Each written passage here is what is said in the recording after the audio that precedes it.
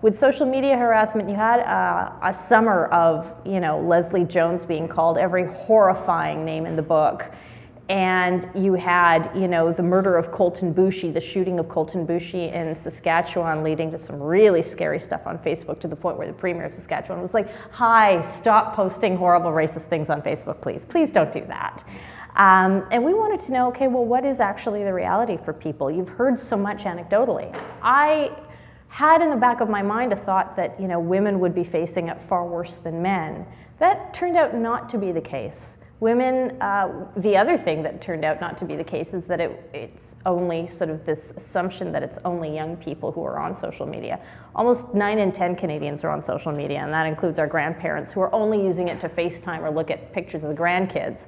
But they're there. They are there, which was surprising to me. And you found that about the same rate of men and women are facing some levels of harassment, but women are facing a much more sexualized harassment. And of course, men, it's more just really horrible behavior and racism and name calling, and people who identify as LGBTQ, and people who are visible minorities, obviously experiencing it a little bit more. We also found that for a fairly small subset, but a significant subset, about a quarter of people who say they've been harassed online say that it's actually followed them into their real life. So there is a tangibility to it when we talk about issues of online and social media harassment. And I've had people tweet at me when I've tweeted about this issue and say, well, just put your phone down.